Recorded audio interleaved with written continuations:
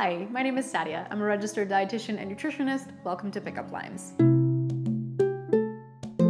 Now, if you've fallen into a weight loss trick or a gimmick in the past, don't give yourself a hard time. Most people have at one point or another. I don't think it's a billion-dollar industry for no reason. Now, although your intentions were pure, I'm sure at this point maybe you're feeling a little bit restless and don't know who or what to believe when it comes to properly losing weight. And by watching this video to the end, you can at least avoid these 12 very common weight loss mistakes that I see all the time. Plus, I'll give you a few pointers on what you can focus your attention on instead. Following a diet. Now, distinguish between a diet and a lifestyle.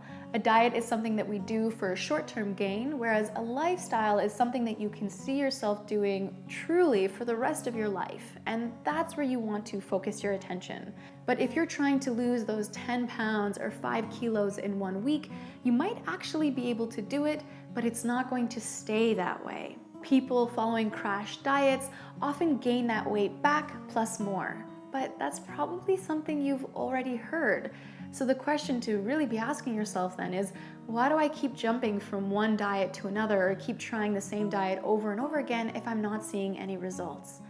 One thing I'm always telling my clients to remind themselves is that if there was a diet out there that really truly worked, we would have all already known about it by now and we would all be skinny. Short-term gains. Now, anything that promises instant results is a gimmick. This can be diets, it can also be shakes, bars, pills, light therapy, laser therapy, the list goes on. Now, I'm sorry to break it to you, but at least this way you can save your money and instead spend your time on focusing on long-term gains. Changes that you can make slowly and strategically to get to the results that you are hoping for. Restricting calories. Now, restricting calories puts our bodies into a state of ketosis, it's called. This is why those paleo diets and those ketogenic diets are all the rage right now, because ketosis suppresses the appetite, which obviously means eating less, fewer calories, calorie restriction, weight loss ensues.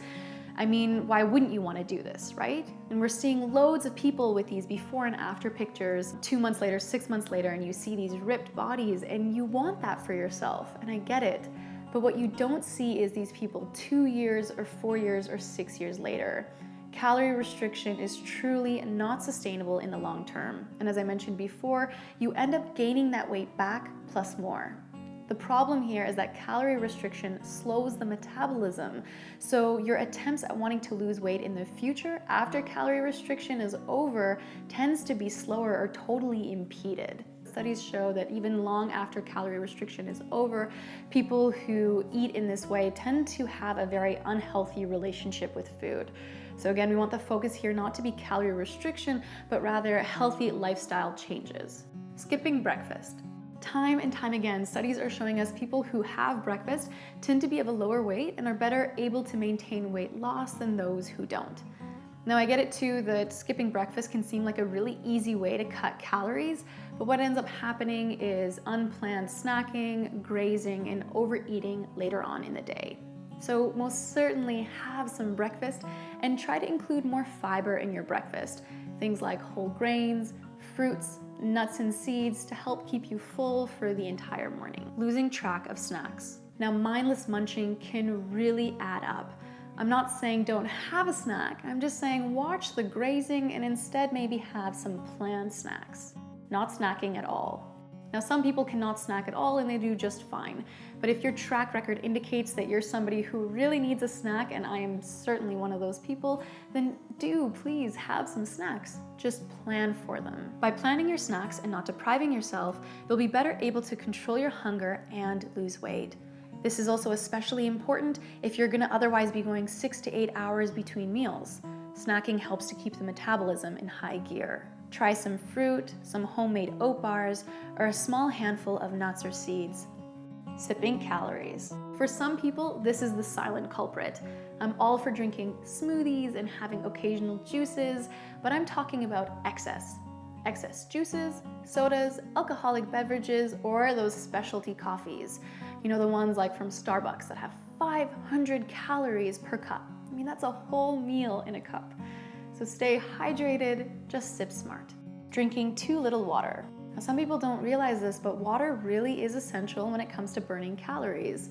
When you're dehydrated, your metabolism drags, which means slower weight loss.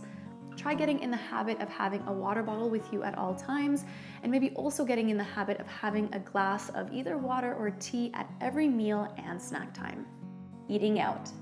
Drive-thrus and cafeterias add loads of oil to their foods to keep you coming back for more because of the flavor that it might add. Of course, this is going to be a lot higher calorie than if you were just to make it for yourself at home. So certainly eat out on special occasions or as a treat, but not as a ritual. Maybe you can get in the habit instead of meal prepping or batch making your meals on your evenings off. That way you're going to be spending less time in the kitchen, and it's also going to help you with your weight loss goals. Plus, it'll save you some money. Focusing on willpower. Now, studies are showing us time and time again that willpower is a depletable source. It means that if you're going to be focusing on willpower to try to eat better or to exercise more, you're going to maybe find that it's not going to work. And this really leads to frustration for a lot of people and self-blame for not being able to stick with something when really it's not your fault. So what can you do instead? Focus on the why power. And by that I mean, ask yourself, why is it that you want to eat better or be more active? Write that reason down and reinforce the why instead of the will. Tunnel vision. Now, are you focusing on just one thing as being the source of your weight loss? Is only the food changing or only the exercise? I mean, food or activity in isolation will certainly help a little, but it might not get you entirely or fully to your weight loss goals. You want to be looking at a whole wellness approach to health. So this means adequate hydration, adequate sleep, lack of substances, and even a positive emotional state. You may have heard that increased stress levels also increase cortisol in our body, and that can actually cause weight gain and impede any attempts at weight loss. So do what you can to find some zen. Setting unrealistic goals. Now again, your intentions with this one may be pure, but do you find that you're setting these goals that you just can't stick with?